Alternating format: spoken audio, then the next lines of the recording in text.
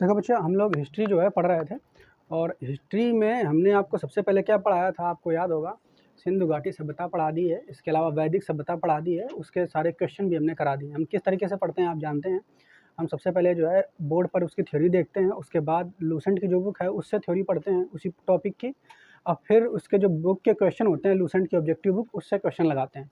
इस तरीके से हम पढ़ते हैं। तो अभी तक वैदिक सभ्यता हम लोग पूरी पढ़ चुके हैं और उसके क्वेश्चन, ऑब्जेक्टिव क्वेश्चन जो है वो भी हम लोग लगा चुके हैं। आज जो हम लोग पढ़ेंगे वो जैन धर्म पढ़ेंगे, लेकिन जैन धर्म से पहले हमें क्या समझना है वो सुनिए। हमने आपको बता दिया था कि जो वैदिक युग आता है तो वैदिक युग का काल कितने से कितने समय तक था। आपको याद होगा 1500 बीसी से लेकर के 1500, ठीक है, बीसी से लेकर के और 600 बीसी तक था। ये बात आपको याद होगा, ठीक है। इसके अलावा हमने आपको बताया था कि 600 बीसी का जब समय आ रहा होता है तो उस समय मतलब लास्ट होता है उत्तर वैदिक काल का। उत्तर वैदिक काल का जब लास्ट समय होता है तो हमने आपको बताया था कि जो कहानियाँ चल रही थी मनुष्य के जीवन की, तो सबसे पहले परिवार होता था, परिवार के बाद फिर क्या आता था, ग्राम, फिर उसके बाद विष आता था, और विष के बाद फिर क्या आता था, जन, जन के बाद जनपद, और जनपद के बाद फिर जो बड़ी इकाई हो गई तो महाजनपद बने थे। क्या बने थे? महाजनपद। तो उस समय अगर देखा जाए कि प्राचीन समय में जो महाजनपद थे टोटल वो 16 महाजनपद थे। कितने थे? 16। वर्तमान समय में महाजनपद को आप बिल्कुल वैसे समझ सकते हैं जैसे भारत के वर्तमान समय में राज्य हैं। कितने राज्य हैं वर्तमान समय में? 28 राज्य हैं। जैसे भारत में 28 राज्य हैं उसी तरीके से पूरे भारत में, ठीक है, उस समय, तब भारत थोड़ा बड़ा हुआ करता था, पाकिस्तान, अफगानिस्तान वगैरह, म्यांमार सब मिला करके, तो उस समय 16 महाजनपद थे। और 16 महाजनपद में जो सबसे प्रमुख था वो मगध जनपद था। कौन था? मगध जनपद, ठीक है। तो जो ये 16 के 16 महाजनपद हैं, ये कौन कौन से थे उनको तो हम लोग पढ़ेंगे ही, लेकिन उनको बाद में पढ़ेंगे क्योंकि उसमें रटने वाली चीज़ें ज़्यादा हैं, ठीक है। बात समझ पाए? तो उन महाजनपद को अभी थोड़ा सा साइड में हम रख रहे हैं। हम पहले यहाँ पे जैन धर्म और बौद्ध धर्म इनको पढ़ लेते हैं, ठीक है। धर्मों के बारे में चर्चा कर लेते हैं। तो अब यहाँ पे देखिए कि ये धर्म, जैन धर्म कहाँ से आ गया, जबकि वैदिक काल में जो चल रहा था वो ब्राह्मण धर्म या हिंदू धर्म या सनातन धर्म इसको कह सकते हैं, सनातन धर्म चल रहा था।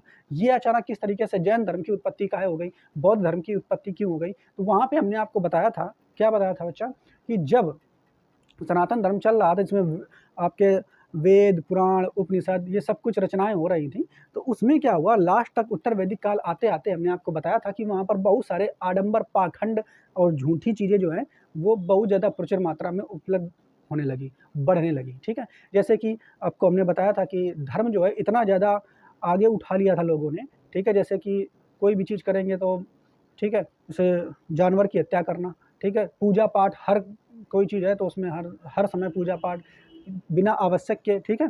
बात समझ पाए? उसके अलावा अन्य चीज़ें जो हैं वो बहुत ज़्यादा उनका बोलबाला हो गया था, यानी क्रूतियों की बहुत ज़्यादा संख्या बढ़ चुकी थी, ठीक है। तो इन्हीं क्रूतियों को दूर करने के लिए जो उसी धर्म के लोग थे, किस धर्म के लोग? सनातन धर्म के, जिसमें क्रूतियाँ उत्पन्न हो गई थी, उन्हीं क्रूतियों को दूर करने के लिए इन धर्मों का, जैन धर्म हो गया और बौद्ध धर्म की उत्पत्ति होती है, ठीक है। बात समझ पाए? इन्हीं कुरीतियों को दूर करने के लिए। तो उसी संदर्भ में जैसे जैन धर्म में वहाँ पे आप देख रहे हैं कि जैसे सनातन धर्म में उसमें बताया जा रहा था, शुरुआत में जब ऋग वैदिक काल चल रहा था तो ये लोग प्रकृति की पूजा करते थे, प्रकृति को ईश्वर मानते थे, कहते थे इसने हमें सबको दिया इसीलिए उनकी पूजा करते थे। लेकिन आगे आते आते जैसे उत्तर वैदिक काल आता है तो प्रकृति से बढ़कर जाए, जितना मनाए उतनी तरीके से पूजा करने लग गए थे, यानी धर्म जो है हावी हो गया था इन लोगों पर, ठीक है। और उसके चलते ये लोग जो है, जो विशेष वर्ग जो था और जो कि पूरी तरीके से इस धर्म विशेष को चला रहे थे, तो वो अपने फ़ायदे के लिए उन लोगों ने क्या किया, इस धर्म से जुड़ी हुई तमाम चीज़ें बना दी जो कि वो उस समय के लिए ठीक नहीं थी और गलत थी। और उन्हीं को कुरीतियों को दूर करने के लिए जैन धर्म और बौद्ध धर्म जो है, इनकी अलग-अलग 2 तरीके से धर्म बने हैं, ठीक है। तो उसी तरीके से हमें सबसे पहले जैन धर्म को पढ़ना है, फिर हम बौद्ध धर्म पढ़ेंगे, और भी धर्म जो आ जाएंगे जैसे इस्लाम धर्म का उदय, ये भी सब छोटे-मोटे जो हैं इनको भी पढ़ लेंगे। और उसके बाद फिर हम लोग महाजनपद के बारे में पढ़ेंगे, फिर राजाओं का काल शुरू होगा, ठीक है। क्लियर? तो इस तरीके से हम करेंगे। और हम पढ़ेंगे कैसे आपको पता है, पहले हम ये सारी चीज़ें बोर्ड में आपको समझा देते हैं और फिर उसके बाद लूसेंट की थ्योरी बुक है उससे हम लोग देख लेंगे, फिर उसकी ऑब्जेक्टिव बुक से क्लियर करेंगे। तो सबसे पहले हम बात करेंगे जैन धर्म की। तो जैन धर्म के संस्थापक जो थे, सबसे पहले नंबर उनका नाम था ऋषभदेव। संस्थापक मतलब जिसने शुरुआत की जैन धर्म के लिए, जो स्ट्रक्चर लेकर के आया, सबसे पहले जो प्रारंभिक व्यक्ति थे उनका नाम था ऋषभदेव। क्या नाम था? ऋषभदेव। तो सबसे पहले याद रखेंगे जैन धर्म के जो है शुरुआती जो व्यक्ति थे वो उनका नाम क्या था? ऋषभदेव। इनको हम तीर्थंकर कहते हैं, जैन धर्म के तीर्थंकर। क्या कहते हैं? तीर्थंकर। बात समझ पा रहे हो कि नहीं? तो जैसे आप देखो, हिंदू धर्म को चलाने के लिए आपको पता है कि लोग अवतार लेते हैं ईश्वर, ठीक है, इस अवतार में आ गए, इस अवतार में आ गए। इस्लाम धर्म में पैगंबर वगैरह होते हैं कि नहीं, उसी तरीके से जो जैन धर्म है उसमें जैन धर्म को सुधारने के लिए, चलाने के लिए तीर्थंकर लोगों ने जन्म लिया। क्या लिया? तीर्थंकर। तो सबसे पहले जो तीर्थंकर थे जैन धर्म के, उनका नाम था ऋषभदेव। क्या नाम था? ऋषभ। पहले नंबर पूछेगा कि जैन धर्म का जो सबसे पहले तीर्थंकर थे वो कि उनका नाम क्या था? ऋषभदेव। याद रखना है, तीर्थंकर सबसे पहले कौन थे? ऋषभदेव। जैन धर्म की जो है सबसे स्थापना किसने की थी? ऋषभदेव ने। तो पहला पॉइंट इनको बस इतना याद रखना है कि ऋषभदेव से आप इनको याद रखेंगे, ठीक है, क्लियर। उसके बाद टोटल आपको याद रखना कि टोटल जो तीर्थंकर कितने आए, तो टोटल 24 तीर्थंकर आए थे। कितने आए थे? 24। याद रखना मेन पॉइंट कि 24 तीर्थंकर आए थे। पहले जो तीर्थंकर थे, जो संस्थापक थे, उनका नाम था ऋषभदेव। तो 24 याद रखना है आपको, टोटल तीर्थंकर जैन धर्म में आए थे। कितने आए थे? 24।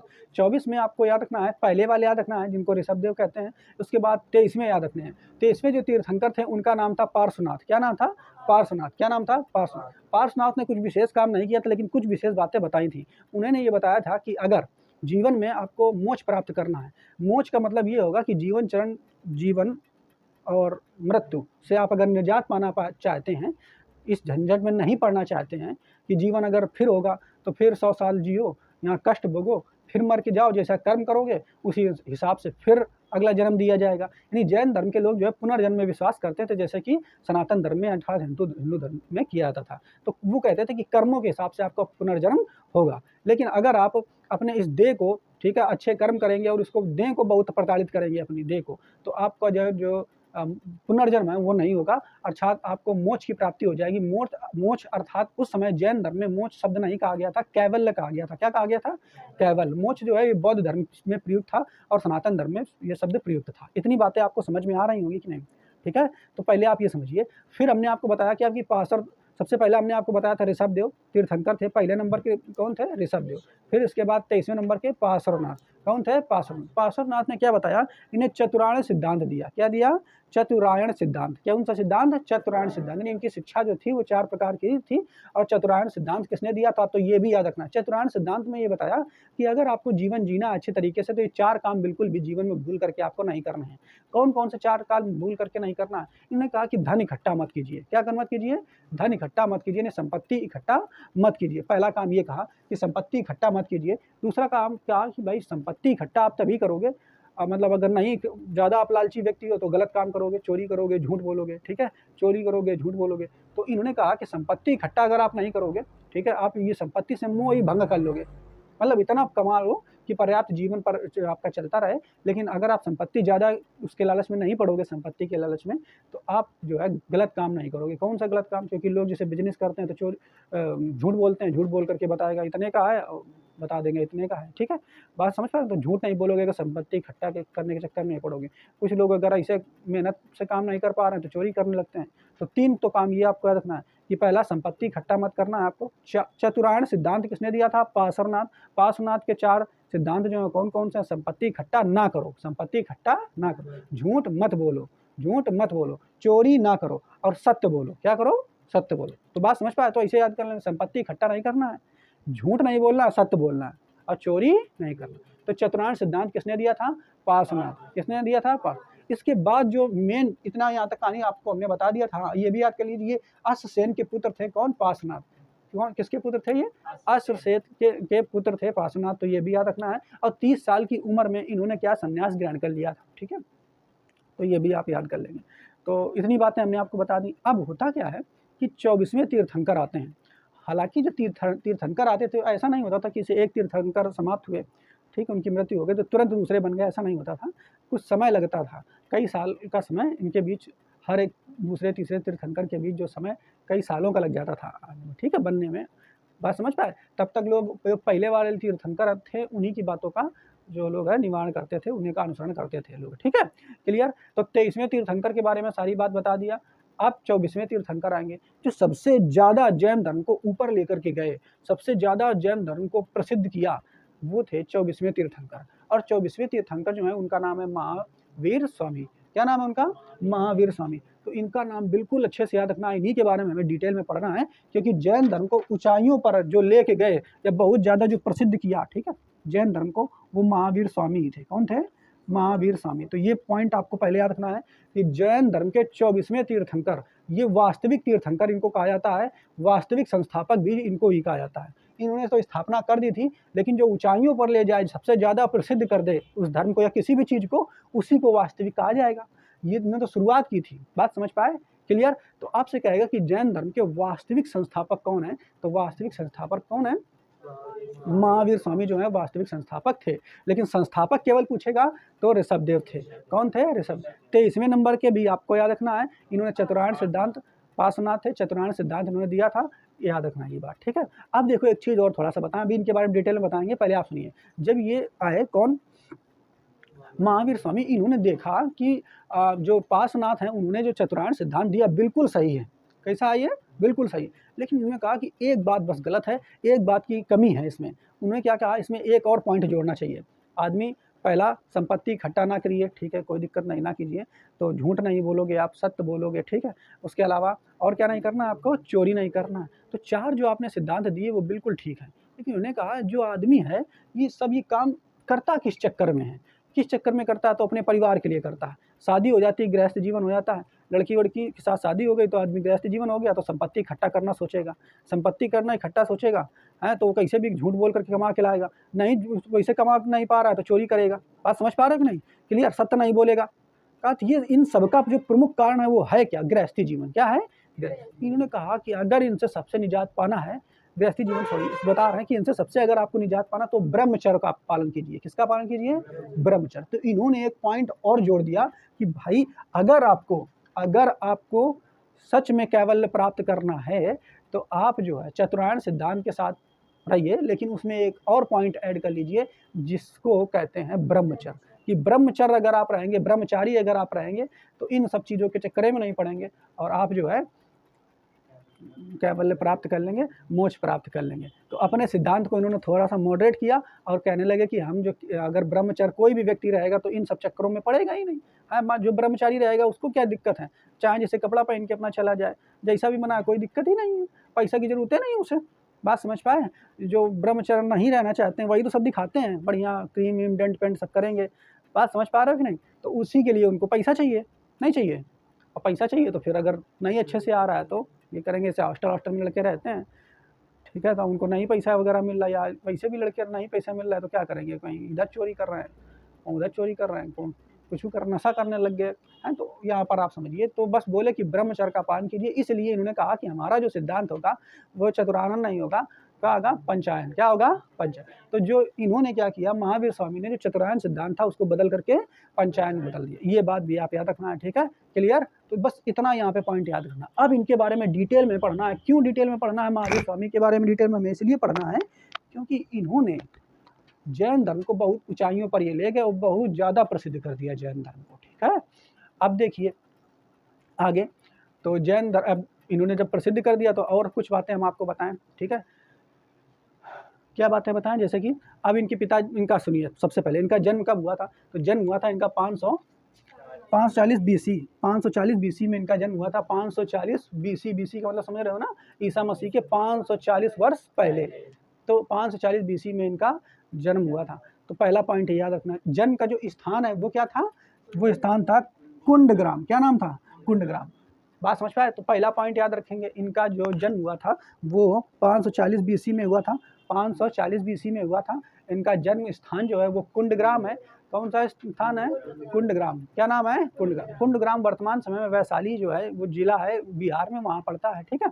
तो कुंडग्राम में इनका जन्म हुआ था। पहला बात, 540 BC, कुंडग्राम, वैशाली। पिताजी का नाम सिद्धार्थ था। पिताजी का इनके नाम क्या था? सिद्धार्थ। हालांकि आगे जब बौद्ध धर्म पढ़ेंगे तो बौद्ध धर्म में, तो देखो बच्चा, हमने आपको बताया कि जैन धर्म में जो महावीर स्वामी है, इनका जन्म जो है 540 BC में हुआ था और इनका जन्म जो है कहाँ हुआ था?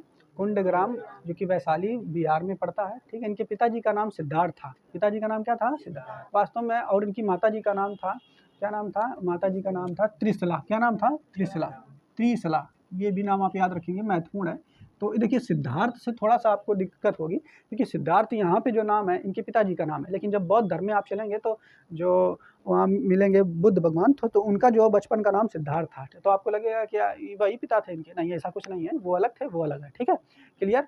तो सिद्धार्थ आप याद रखेंगे, इनके पिता का नाम था, माता का नाम त्रिशला था। त्रिशला जो है लिच्छवी की राजकुमारी थी, और जो इनके चेटक जो है, चेटक लिच्छवी के राजा थे चेटक, उनकी जो है पुत्री, ये बहन थी, सॉरी कौन थी, बहन। तो ये बात इतनी आप पहले याद रखेंगे। तो 3 बातें हमने आपको बताई, पिता का नाम बता दिया सिद्धार्थ थे, माता का नाम त्रिशला, त्रिशला कहाँ की राजकुमारी थी, त्रिशला जो कहाँ की राजकुमारी थी, तरीके से लिच्छवी की राजकुमारी थी, और उनके भाई का नाम चेतक था। ठीक है, तो ये याद रखेंगे। इसके अलावा जो इनके पिता थे वो इनका पिता का कुल था वो गिरातक कुल था, और ये सरदार एक तरीके से थे। ठीक है, सरदारों के पुत्र यहाँ पर मान सकते हैं। इसके अलावा पत्नी जो इनके जो एक बड़े भाई भी थे, उनका नाम था नंदी वर्मन। क्या नाम था, नंदी। इन्हीं से आज्ञा लेकर के ये जाते हैं, गृह त्याग करते हैं 30 साल की उम्र में, और जा करके कहेंगे कि हम जो है पूजा पाठ करेंगे या अध्यात्म अपनाएंगे, और जा करके एकांत में बैठ करके हम लोग मोक्ष की प्राप्ति करेंगे। ठीक है, तो जो नंदी वर्मन इनके बड़े भैया थे, और उन्हीं से आज्ञा लेकर के ये जाते हैं। तो कितनी बातें हमने आपको बता दी, पिताजी का नाम सिद्धार्थ, माताजी का नाम त्रिशला, ठीक है, इनके बड़े भैया का नाम नंदी वर्मन, बड़े भैया का नाम नंदी। अब भाई इनकी शादी भी हो चुकी थी, गृह से जीवन जी चुके थे, तो जब शादी हो चुकी तो इनकी पत्नी का नाम क्या था, यशोदा। पत्नी का क्या नाम था, यशोदा। मेन पॉइंट याद रखना, पत्नी का नाम क्या था, यशोदा। अब पत्नी अगर होगी तो बच्चे भी होंगे, इनकी पुत्री भी थी, और पुत्री का नाम जो था वो प्रियदर्शनी था।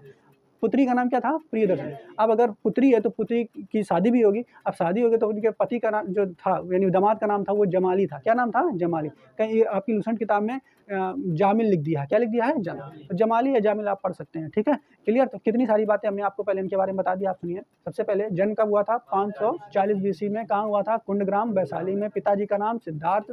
सिद्धार्थ जो थे वो कौने कुल के थे, व्यातक कुल के। जो माता थी उनका नाम क्या था, त्रिशला। त्रिशला जो थी वो कहाँ की थी, लिच्छवी के जो राजा थे चेटक, चेटक की बहन थी। इसके अलावा और क्या बताया हमने, बताया इनके भैया का नाम नंदी वर्मन, और नंदी वर्मन से ही आगे लेकर के ये गए थे, गृह त्याग करके ये गए थे। इसके बाद इनकी पत्नी का नाम यशोदा था।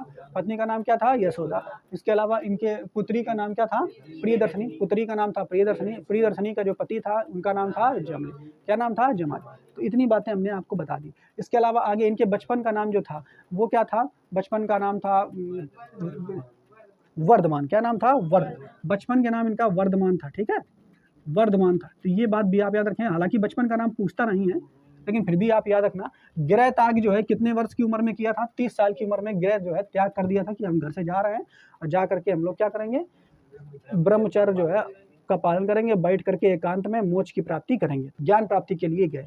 तो इसके अलावा हमने शिक्षा इनमें पंचायन सिद्धांत दी 5। ठीक है, 5वां जोड़ दिया था ब्रह्मचर्य, और 4 तो ये थे संपत्ति, चोरी, हिंसा, सत्य, जो कि तुम्हें कौन दे गए थे, ये पार्श्वनाथ दे गए थे। ठीक है, तो ये भी याद रखेंगे। इन्होंने 12 वर्ष तक तपस्या की। कितने वर्ष तक तपस्या की थी, 12 वर्ष तक तपस्या की थी। आपसे ये भी पूछेगा कि कहाँ पर गए थे तपस्या करने, तो ये भी पॉइंट याद रखना है। स्थान का नाम था जम्बिक। स्थान का नाम क्या था, जम। याद रखना, तपस्या करने के लिए जम्बिक गए थे। कहाँ गए थे, जम। उसी के किनारे नदी बह रही थी, क्योंकि नदी के पानी के लिए आसानी से उपलब्ध था। और भाई जब तपस्या करते थे तो ऐसे वृक्ष के किनारे करते थे, ऐसे वृक्ष के नीचे करते थे जहाँ धूप ना है, बढ़िया से छाया हमेशा रहे, कि पानी भी बरसे तो ज़्यादा पानी इनके ऊपर ना गिरे। तो बड़े वृक्ष के नीचे बैठ करके जो है तपस्या ये लोग करते थे। ठीक है, ऐसे बुद्ध भगवान जो है वो भी ऐसे करके बैठ करके करेंगे। तो ऐसे ही जो स्थान था, स्थान का नाम क्या था, जराम्बिक। स्थान का नाम क्या था, पास से नदी बह रही थी, और नदी का नाम था ऋजुपालिका। नदी का नाम क्या था, तो जराम्बिक स्थान था, ऋजुपालिका नदी थी, और जो वृक्ष था उसको कहते हैं साल का वृक्ष। वृक्ष का नाम क्या था, साल। तो इतनी बात पहले याद रखेंगे, साल का वृक्ष था स्थान, ऐसे याद रखेंगे। जैम्बिक स्थान था, साल का वृक्ष था, और नदी कौन सी, ऋजुपालिका नदी। तो ऋजुपालिका नदी, इतनी बहुत पॉइंट आपसे ऐसे पूछता है जितने हमने लिख दिया है। ऐसे ही आपको नोट्स में लिखने, कुछ एक्स्ट्रा नहीं, वो इसे बना करके लिखना कि हाँ नदी का नाम ये था वो, ऐसे तो लुसेंट में आपका लिखा ही हुआ है। ठीक है, क्लियर। तो ऐसे आप जब पढ़ेंगे तो अचानक जल्दी जल्दी आप रिवाइज करते चले जाएंगे, आपको टाइम नहीं लगेगा। ठीक है, तो हमने क्या बताया, सबसे पहले आपको बताया स्थान कौन था, जैम्बिक। नदी कौन थी, ऋजुपालिका। वृक्ष कौन था, साल। अब वहाँ बैठ के कठोर तपस्या इन्होंने की। ठीक है, बैठ करके एकदम, जब ये लोग तपस्या करते थे किसी बात का चिंतन नहीं करते थे।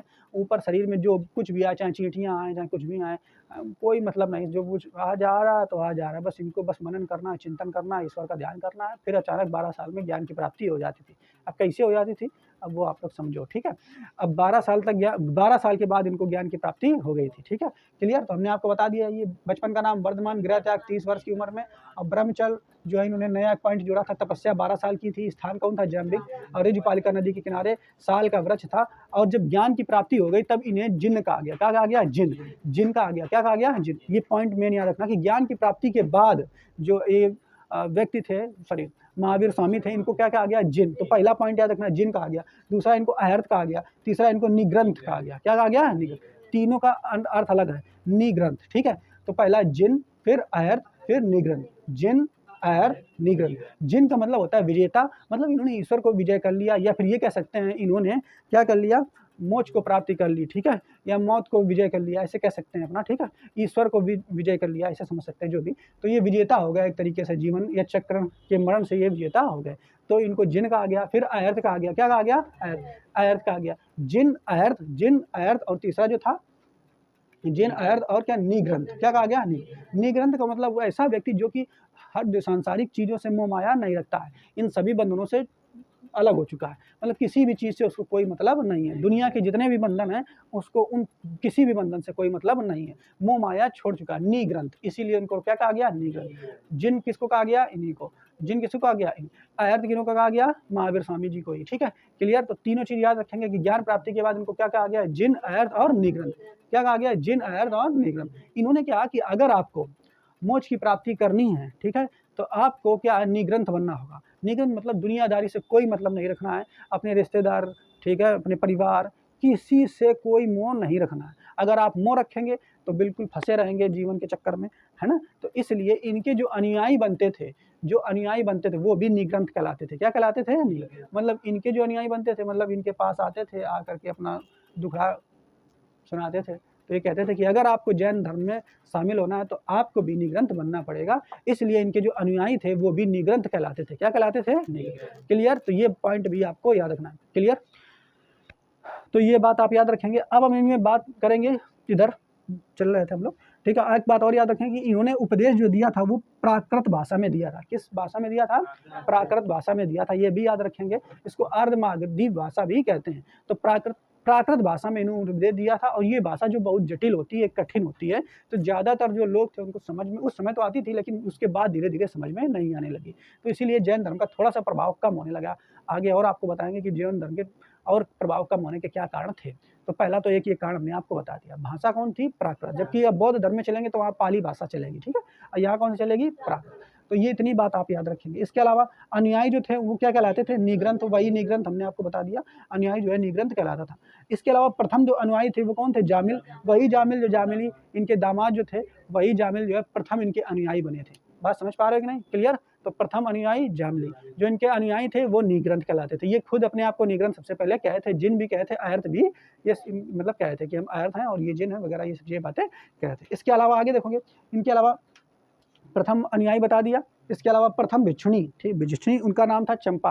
भिक्षुणी का मतलब इन्होंने, इनका जो जैन धर्म था, जो जैन धर्म में ये क्या कहते थे कि किसी भी जीव की हत्या मत कीजिए। जैसे हमने आपको बताया था कि जो सनातन धर्म है उसमें वो बहुत बढ़ गया था, तो उसमें पूजा जब पाठ होती थी तो जानवरों की हत्या कराई जाती थी, बलि दी जाती थी जिसको कहते हैं, तो बलि दी जाती, तो ये इसका विरोध करते थे। तो इसलिए जैन धर्म में कहा गया कि किसी भी चीज़ की हत्या मत कीजिए, किसी भी पर अहिंसा मत कीजिए, किसी को मारिए मत, कोई भी जीव को मत मारिए, सभी जो है आत्मा है, और आत्मा में ही ईश्वर पे चूंकि ये विश्वास नहीं करते थे कि ईश्वर जैसी कोई चीज़ होती है। जैन धर्म में ईश्वर जैसा कोई बात नहीं बताई गई कि ईश्वर कुछ जैसा होता है, ठीक है, ऐसा इसमें मान्यता थी। उन्होंने कहा आत्मा होती है, तो आत्मा को आपको नहीं मारना है, ठीक है, शरीर को मार देंगे तो आत्मा मरेगी, ऐसा बोलते थे, तो आपको नहीं उनको मारना है। तो इसलिए किसी भी जीव को मारने के लिए ये कहते थे बिल्कुल नहीं मारना है। इसलिए उन्होंने क्या कहा कि अगर आप खेती करते हैं तो खेती करने के दौरान भी क्या होता है कि जीव जो है मर जाते हैं। जैसे आप कुदाल से, ठीक है, खेत जोत रहे हैं तो उसके केचुआ आ गए, या फिर कुदाल से वो खेत जोत रहे, हो सकते चूहा आ गए और तमाम चीज़ें आ गई, चींटी आ गई, तो ये छोटे छोटे जीव हैं ये मर जाते हैं। तो इसलिए आप खेती भी मत कीजिए, खेती करेंगे तब भी जीव मरेंगे, तो खेती भी नहीं करना, ऐसा कोई भी काम नहीं करना जिससे जीवों का मरण हो। इन्होंने कहा क्या, तो फिर कैसे जीवन जिया जाए, तो क्या जितना प्रकृति हमें दे देती है उसी को खा पी के जिए, बिल्कुल खाने पीने का लालच ना कीजिए, ऐसे आराम से मस्त रहिए, ठीक है, क्लियर, बात समझ पा रहे हो। तो इस तरीके का इन्होंने ये चीज़ें बताई थी, क्लियर। तो इन्होंने क्या कहा, और लास्ट में ये भी कहा कि अगर ज़्यादातर करना है तो नहीं, अगर ये सब आप कर पा रहे हो तो अगर कि किस तरीके से जीवन यापन किया जाए तो कोई दिक्कत नहीं, आप जो है भिक्षुक बन जाइए। क्या बन जाइए? भिक्षुक। अब भीख मांगिए, बढ़िया सा अपना मस्त एकदम खाइए, ठीक है, किसी का भी न जीव हत्या होगी न कुछ होगी, आराम से रहिए। तो उसी तरीके के संदर्भ में जो पहली भिक्षुणी थी उसका नाम था चंपा। क्या नाम था? चंपा। तो पहली जो भिक्षुणी थी उसका नाम क्या था? चंपा। इसके अलावा महावीर के बाद, इसके बाद ध्यान सुनिए, महावीर जब समाप्त हो गए, मतलब इनकी मृत्यु हो गई, तो मृत्यु इनकी हुई थी पावापुरी में। कहाँ हुई थी? पावापुरी में। हमने लिखा नहीं है क्या? तो मृत्यु जो है पावापुरी में हुई थी। इधर लिख देते हैं, कहाँ लिख दें, हम लिख दे रहे हैं इधर, मृत्यु जो है इनकी पावापुरी में हुई थी। मृत्यु दिख रहा है क्या? इधर लिख दे रहे हैं, ठीक है, इधर लिख दे रहे हैं मृत्यु। मृत्यु कहाँ हुई थी? पावापुरी में हुई थी। पावापुरी में हुई थी। और ये पावापुरी में कौन सन में हुई थी? तो 498 BC। देख लेना, यही 68 है। तो 468 BC में जो है इनकी मृत्यु हुई थी। तो मृत्यु पावापुरी में हुई थी, ये भी याद रखेंगे। और 468 BC में इनकी मृत्यु हुई थी। अब खास बात याद रखिए, जब इनकी मृत्यु हो जाएगी तब भाई इनका जो कार्य है वो कौन संभालेगा? तो इनका कार्य संभालने के लिए जो इनके महावीर के बाद जो प्रथम उपदेशक थे उनका नाम था आर्य सुधर्मा। क्या नाम था? आर्य सुधर्मा। तो महावीर स्वामी की मृत्यु के बाद जो प्रथम उपदेशक थे उनका नाम था आर्य सुधर्मा। क्या नाम था? याद रहेगा कि नहीं? प्रथम भिक्षुणी जो थी उसका नाम था चंपा, और प्रथम जो है उपदेशक जो थे इनकी मृत्यु के बाद उनका नाम था आर्य सुधर्मा। क्या नाम था? आर्य सुधर्मा। मेरी बात ध्यान समझ में आई कि नहीं? क्लियर? तो ये बात भी आप याद रखेंगे। इसके अलावा देखेंगे भिक्षुणी संघ की जो प्रधान थी, अब भिक्षुणी संघ मतलब सभी जो लोग जैन धर्म से जुड़े हुए थे, तो उसमें बताया गया कि आप लोग भिक्षा वाला काम कीजिए। तो उसका एक संघ का जो प्रमुख बनाया जाता था उनका नाम था क्या? चंदना। क्या नाम था? चंदना। जबकि जब प्रथम भिक्षुणी थी उसका नाम था चंपा, लेकिन जो भिक्षुणी संघ का जो संघ की जो मुख्य व्यक्ति जो थी या प्रधान थी उसका नाम था चंदना। क्या नाम था? चंदना। क्लियर? इतनी बात याद रखेंगे आगे। तो इसी तरीके से आगे चलता है। फिर होता क्या है कि ये जो वर्तमान उस समय जो है मगध क्षेत्र में हुआ क्या कि जब मगध का उस समय शासन था चंद्रगुप्त मौर्य के साथ, समय की बात है, चंद्रगुप्त मौर्य के समय की बात है। और चंद्रगुप्त मौर्य जो है वो जैन धर्म से बहुत प्रभावित थे और जैन धर्म को उन्होंने अपनाया हुआ था चंद्रगुप्त मौर्य ने। ठीक है, उन्होंने देखा कि हाँ बहुत अच्छा चीज़ें हैं, क्योंकि जो सनातन धर्म उसमें कई सारे आडंबर थे, तो लोग देख करके इधर चले जा रहे थे जैन धर्म की तरफ। ठीक है, तो उन्होंने भी जैन धर्म को अपनाया था। लेकिन हुआ क्या कि लगभग 300 BC में, ठीक है, 300 BC में हुआ क्या कि अकाल पड़ गया। किस क्षेत्र में अकाल पड़ गया? मगध में। जो मगध सबसे ज़्यादा ताकतवर मतलब महाजनपद था, वहाँ पे क्या पड़ गया? अकाल पड़ गया। लगभग 12 वर्षों तक अकाल पड़ा। अकाल पड़ने का मतलब ये हुआ कि वहाँ पर पैदावारी कम हो गई। क्यों कम हो गई? हो सकता है सूखा पड़ गया होगा या फिर अन्य महामारी भी आ सकती है। तो अकाल पड़ गया, तो 12 वर्षों तक अकाल चला। अब जो 12 वर्षों तक अकाल चला, तो उस समय आप ये समझ सकते हैं कि जो इनके शिष्य थे, ठीक है, महावीर स्वामी के, वे दो लोग थे। एक थे स्थूल बाहु, एक भद्रबाहु। कौन थे? स्थूल बाहु और भद्रबाहु। तो यहाँ सुनिए, हुआ क्या, जब 300 BC में मगध क्षेत्र में अकाल पड़ गया, तो मगध वर्तमान उस समय बिहार में पड़ता है। अभी भी बिहार वाला क्षेत्र है, उसी को मगध कहते हैं। तो बिहार से स्थूल बाहु और भद्रबाहु दो लोग थे और दोनों शिष्य थे। अब ये क्या हुआ, उस समय देखा गया कि अकाल पड़ गया, अब क्या किया जाए?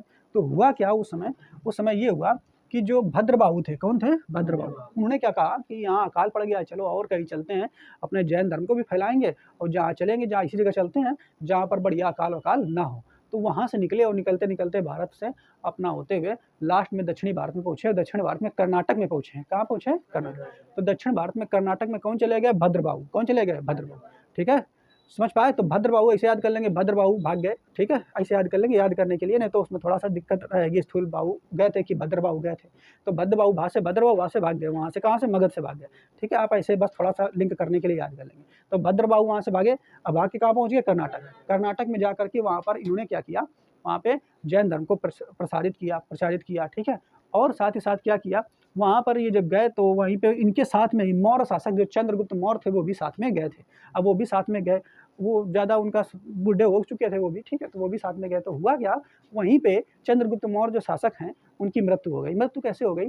तो इन्होंने, क्योंकि इस धर्म में भी ये बताया गया था कि अगर आपको मृत्यु प्राप्त करना है तो आप संलेखन विधि द्वारा देह त्याग कीजिए। संलेखन विधि क्या होती है? इस विधि में आपको सब कुछ खाना पीना वगैरह छोड़ देना होता है। क्या करना होता है? खाना पीना लास्ट के टाइम जो है, जब आप मरने वाले हो, आपको पता चल जाए, तो खाना पीना सब कुछ छोड़ दो, देह को बिल्कुल प्रताड़ित कीजिए और आराम से मर जाइए। ठीक है, जब खाएंगे नहीं तो जल्दी मरेंगे, तो आराम से मर जाइए बुढ़े होकर के, जब मर जाएंगे। उसके अलावा शायद संलेखन विधि में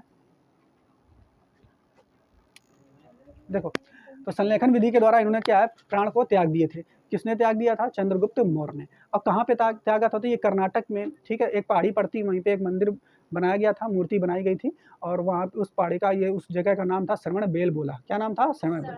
तो इतना आप याद रखेंगे। अब हुआ क्या कि जो भद्रबाहु थे, ये उस समय इन्होंने क्या किया, जिस तरीके से मूल जो स्ट्रक्चर था जैन धर्म का वो पालन कर रहे थे, और श्वेतांबर ये क्या कर रहे थे, जिस तरीके से स्ट्रक्चर था उसी का पालन कर रहे थे। तो इन्होंने क्या किया कि जो जैन धर्म में लोग थे कपड़े भी नहीं पहनते थे, तो इस समय जब ये वापस आए वहाँ से, तो देखा क्या, इन दोनों की विचारों में बहुत ज़्यादा मतभेद हो चुका है। स्थूलबाहु, ठीक, और भद्रबाहु में, दोनों के विचारों में बहुत ज़्यादा अंतर हो चुका है। जो स्थूलबाहु है, ये क्या है, ये कपड़े लपेटने लगे, सफ़ेद कपड़े, और जबकि स्थूलबाहु जो थे वो बिल्कुल वैसे नग्न अवस्था में रहते थे, ठीक है। तो ये दो भागों में बट गया, क्योंकि यहाँ पर ये जब वापस आए भद्रबाहु, ठीक है, तो कल्पना थोड़ी सी अलग हो चुकी थी, जो महावीर स्वामी ने दी थी, इनकी कल्पना थोड़ी अलग, इनकी कल्पना अलग। तो विचारों में मतभेद होने के कारण जो जैन धर्म है वो दो शाखाओं में बढ़ गया।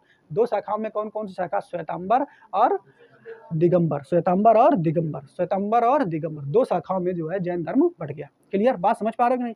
अब दिगंबर वाले कौन से हैं, याद रखेंगे। दिगंबर तो यही वाले हैं जो भाग गए थे, ये दिगंबर, यानी दिख है जिनका अंबर, दिख अर्थात दिशाएं है जिनका अंबर, अंबर मतलब वस्त्र, आकाश भी होता है लेकिन वस्त्र, अंबर है जिनका वस्त्र, दिगंबर, दिख है, सॉरी, दिख है जिनका अंबर, दिख मतलब दिशाएं है जिनका अंबर, अंबर माने वस्त्र, यानी दिशाएं जिनकी वस्त्र है। तो इसलिए भद्रबाहु जो है दिगंबर शाखा के प्रमुख थे, और जबकि श्वेतांबर का याद रखने, साथ से श्वेतांबर, साथ से ये हो जाएंगे श्वेतांबर। तो श्वेतांबर के कौन थे प्रमुख? स्थूलबाहु, ठीक है, ये वहीं रह गए थे। तो ये कपड़ा लपेटने लगे थे सफ़ेद कलर का। तो इसलिए जो जैन धर्म है वो दो भागों में विभाजित हो जाएगा। अब अगर कोई चीज़ टूटेगी, विभाजित होगी, तो पतन उसका पक्का शुरू हो जाएगा। तो यहीं से जैन धर्म का भी पतन धीरे धीरे शुरू होगा। आगे और आपको बता दें, ठीक है, इतनी बात पहले आप याद कर लीजिए। इसके अलावा और चीज़ें हम आपको क्या बता दें, देखिए यहाँ पर ये बातें जो है बाद में बताते हैं। यहाँ पर देखिए, ये लोग जो जैन धर्म के लोग थे, ये ईश्वर को नहीं मानते थे कि ईश्वर वगैरह कोई होता है या होती है, कुछ भी नहीं मानते थे कि ईश्वरवाद नहीं है। अब ये इसलिए कहते थे कि ईश्वरवाद अगर करेंगे, अगर हम ईश्वरवाद बना देंगे, ईश्वर को सोचे बना देंगे, तो ये फिर से लोग आडंबर शुरू कर देंगे पूजने के लिए, उनको कहीं बलि दे रहे हैं, कहीं कुछ दे रहे हैं, और इसी को दूर करने के लिए तो जैन धर्म बना था। तो इसलिए जो महावीर स्वामी थे, उन्होंने कहा ईश्वर वगैरह कोई चीज़ नहीं होती है, सिर्फ आत्मा होती है। क्या होती है? आत्मा। तो उन्होंने कहा आत्मा होती है क्या? हाँ। तो उन्होंने कहा आत्मा होती है, आत्मा का पुनर्जन्म होता है, ठीक है, एक जन्म से दूसरे, एक शरीर से दूसरे शरीर, दूसरे शरीर से तीसरे शरीर, आत्मा का पुनर्जन्म होता है। अब एक बार जन्म होगा तो पूरा जीवन कष्ट सहो, फिर मरो, फिर अगला जन्म, फिर कष्ट सहो। इस चक्र से अगर मुक्ति पाना चाहते हो तो मोक्ष प्राप्ति कीजिए। अब मोक्ष प्राप्ति के जो साधन है वो हमने आपको आगे बताए हैं, ठीक है, पंचायन सिद्धांत दिया था। क्लियर? इसके अलावा मोक्ष को उन्होंने कैवल्य कहा था, ये भी याद रखेंगे। तो आत्मा होती है एक, बिल्कुल कहा हाँ। पुनर्जन्म भी होता है, बिल्कुल कहा हाँ। कर्म आप जैसे करेंगे उसी हिसाब से आपका पुनर्जन्म होगा, आप जैसे कर्म करेंगे उसी हिसाब से आपका पुनर्जन्म होगा। तो ये भी कर्मवाद कहा था, ठीक है। इसके अलावा सप्त भंगी जो ज्ञान है, ठीक है, इसका दूसरा नाम और दिए गए हैं, क्या नाम है? स्यादवाद और अनेकांतवाद। तो ये भी इसी से जुड़ा हुआ है, आप इनको बस एक एक करके नज़र में देख लीजिए। सप्त भंगी जो ज्ञान है उसका नाम है स्यादवाद और अनेकांतवाद, इतना आप याद रखेंगे, ठीक है। इसके अलावा जो आध्यात्मिक ज्ञान इन्होंने प्राप्त किया था जैन धर्म में, ठीक है, इन्होंने ज्ञान जो प्राप्त हुआ था महावीर स्वामी को, तो आध्यात्मिक ज्ञान जो इन्हें प्राप्त हुआ था, तो वो प्राप्त हुआ था सांख्य दर्शन से। किससे प्राप्त हुआ था? और सांख्य दर्शन इससे पहले आप पढ़ चुके हो, सांख्य दर्शन पढ़ चुके हो ना। सांख्य दर्शन के प्रवर्तक जो रचयिता थे वो कौन थे? कपिल थे, ठीक है। तो सांख्य दर्शन से आध्यात्मिक ज्ञान जो है प्राप्ति इन्होंने की थी। क्लियर? तो जैन धर्म में जो आध्यात्मिक ज्ञान मिलता है वो सांख्य दर्शन का ही मिलता है। क्लियर? आई मेरी बात समझ में कि नहीं? तो इतनी सारी बातें हमने आपको बता दी। अब इसके अलावा कुछ और पॉइंट जो बचे हैं वो भी हम जल्दी से बता देते हैं, ठीक है। अब यहाँ पर देखो, ये बात हमने आपको बता दी कि भैया इसमें क्या क्या था, क्या क्या नहीं था। इसके अलावा यहाँ पर देखेंगे त्रिरत्न ज्ञान, जो आपसे पूछेगा कि जैन धर्म के त्रिरत्न बताओ। त्रिरत्न, तीन रत्न कौन कौन से हैं? तो ये बहुत बार पेपर में पूछा गया है। तो तीन रत्न कौन सा है? सम्यक ज्ञान, सम्यक आचरण और सम्यक दर्शन। तो त्रिरत्न आपको याद रखना है, सम्यक ज्ञान, सम्यक आचरण और सम्यक दर्शन, ठीक है। सम्यक ज्ञान, सम्यक आचरण, सम्यक दर्शन, ठीक है। बात समझ पाए? तो ये बात याद रखने की जो जैन धर्म के हैं वो त्रिरत्न कौन से हैं? सम्यक ज्ञान, सम्यक आचरण और सम्यक दर्शन, ठीक है। इसके अलावा 5 महाव्रत, वही महाव्रत जो हमने आपको बताया पंचायन सिद्धांत में। क्या बताया? सबसे पहले अहिंसा नहीं करना है, सत्य बोलना, अस्ते अपरिग्रह मतलब धन इकट्ठा नहीं करना है, ठीक है, और आस्ते मतलब चोरी नहीं करना है, ठीक है। आस्ते मतलब क्या हो जाएगा, चोरी नहीं करना। अपरिग्रह का मतलब धन इकट्ठा नहीं। ये पेपर में आपसे पूछेगा आस्ते का तात्पर्य कहाँ, ये किस धर्म से जुड़ा हुआ शब्द है, तो आप बताइए। आस्ते का मतलब होता है चोरी करना, और ये जैन धर्म से जुड़ा हुआ, चोरी करना बोल दिया क्या, चोरी नहीं करना, ठीक है। और अपरिग्रह का मतलब क्या हुआ, धन इकट्ठा नहीं करना। ब्रह्मचर्य तो आपको हमने बता दिया। तो 5 महाव्रत इन्होंने कहा, किसने कहा था, महावीर स्वामी ने, कि अगर आपको इस जीवन मरण के चक्कर से मुक्त होना है, मोक्ष प्राप्ति करनी है, कैवल्य प्राप्त करना है, तो इन 5 महाव्रतों को धारण कर लिए, जिससे पंचायन सिद्धांत कहा गया, ठीक है। क्लियर, ये भी बात आप याद रखेंगे। इसके अलावा जो वर है, 4 प्रकार के वर थे। वर कितने थे, 4 प्रकार के वर। इन 4 प्रकार के वरों के कारण ही, ध्यान सुनिए, इन 4 प्रकार के वरों के कारण ही जो जैन धर्म था वो बहुत ज़्यादा फैला, बहुत ज़्यादा प्रसिद्ध हुआ। तो कौन से वर है यहाँ पे आएगा, शिक्षा, अन्न, चिकित्सा, आवास, ठीक है। तो 4 प्रकार के वर भी याद रखना है, शिक्षा, अन्न, चिकित्सा, आवास। शिक्षा, अन्न, चिकित्सा, आवास। शिक्षा, अन्न, चिकित्सा। वर कितने थे जैन धर्म के, 4। शिक्षा, अन्न, चिकित्सा, ज्ञान कितना था, 3। सम्यक ज्ञान, सम्यक आचरण, सम्यक दर्शन, ठीक है। पंचायन सिद्धांत में क्या क्या था, सबसे पहला संपत्ति न रखना, दूसरा चोरी न करना, झूठ न बोलना, सत्य बोलना, ब्रह्मचर्य का पालन करना, ठीक है। तो ये याद रखना, पंचायन सिद्धांत के अंतर्गत आ जाएगा। तो ये भी याद रखेंगे। यहाँ तक बता दिया हमने, यहाँ तक सभी बता दिया, ठीक है। अब जैन धर्म को मानने वाले जो प्रमुख राजा हैं, इनको भी आप जान लीजिए। राजा उज्जैन, यहाँ आगे आपको सब राजा पढ़ने को मिलेंगे। तो उज्जैन जो है ये जैन धर्म को मानते थे, ठीक है। वंद राजा, ठीक है, चंद्रगुप्त मौर्य, ठीक है, कलिंग राज खारवेल, अमोघ वर्ष, चंदेल शासक, ये सारे के सारे जो राजा हैं, इन्होंने जैन धर्म को, ये बड़े बड़े राजा थे और जैन धर्म का ये पालन करते थे। तो याद रखना है, राजा उज्जैन, वंदराज, चंद्रगुप्त मौर्य, खारवेल, ठीक है, अमोघ वर्ष और चंदेल शासक। तो ये राजाओं के नाम याद रखना है। इसके अलावा हमने आपको बताया श्रवण बेलगोला, इसको भूलना नहीं है। श्रवण बेलगोला एक ऐसा स्थान है जहाँ पर चंद्रगुप्त मौर्य जो मगध के सम्राट थे, उनकी मृत्यु हुई थी। मृत्यु क्या, उन्होंने संलेखन विधि द्वारा अपने प्राण को त्यागे थे। संलेखन विधि के अंतर्गत खाना पीना लगभग छोड़ दिया जाता है, और मृत्यु एक ऐसी जगह, मतलब डेड बॉडी को रखा जाता है जहाँ पर आकर के जो वो उस समय क्या होते थे, गिद्ध वगैरह उनकी बॉडी को खा जाए, ताकि वेस्ट वगैरह कुछ ना करना पड़े, ऐसा साध है, ठीक है। तो ये देखिए, तो श्रवण बेलगोला वर्तमान समय में कर्नाटक में है, उस समय भी कर्नाटक में ही होगा, ठीक है। संलेखन विधि द्वारा इसमें देह किसने त्याग गया था, चंद्रगुप्त मौर्य ने त्याग दिया था। इसको बनवाया, यहाँ पे हुआ क्या था कि यहाँ मैसूर में गंग वंश के मंत्री थे जिनका नाम था चामुंड। क्या नाम था, तो मैसूर के गंग वंश के एक मंत्री थे जिनका नाम था चामुंड। और चामुंड ने क्या किया था, यहाँ बाहुबली की मूर्ति बनवाई थी। ये याद रखना, बहुत महत्वपूर्ण पॉइंट है कि बाहुबली, ये वे बाहुबली नहीं, बाहुबली पिक्चर वाले, तो बाहुबली की जो मूर्ति है वो कहाँ है, कर्नाटक में श्रवण बेलगोला में, वहीं पे जहाँ पर चंद्रगुप्त मौर्य की मृत्यु हुई थी।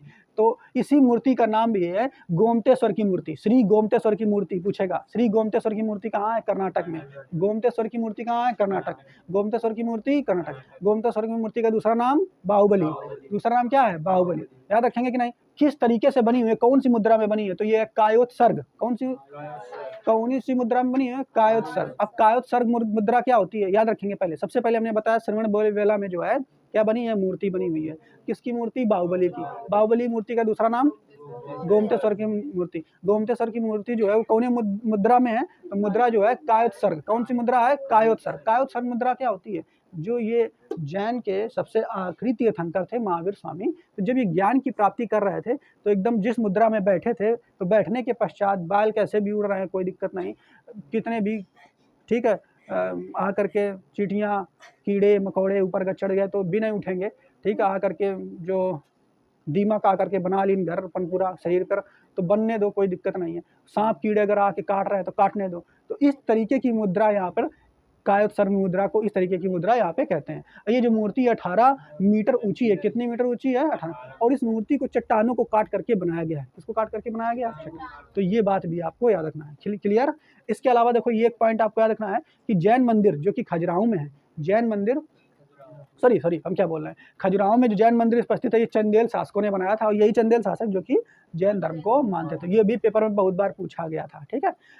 एक बात और याद रखेंगे कि मौर्योत्तर काल में, यानी मौर्योत्तर काल मतलब जो मौर्य काल खत्म होने वाला हो रहा होगा, तो मौर्योत्तर काल में क्या था कि जो मथुरा था वो जैन धर्म का जो एकदम एक तरीके से प्रसिद्ध स्थान बन गया था, ठीक है। क्लियर, ये बात भी आप याद रखेंगे। अब कुछ पॉइंट और बचे हुए हैं जैन धर्म से जुड़े हुए, तो कल हम इनको रिकॉल करते हुए पुनः उन पॉइंटों को हम लोग पढ़ेंगे, जिससे हमारा जैन धर्म पूरा समाप्त हो जाएगा। ठीक है, तो आज के लिए इतना ही, बाकी हम लोग कल पढ़ेंगे फिर।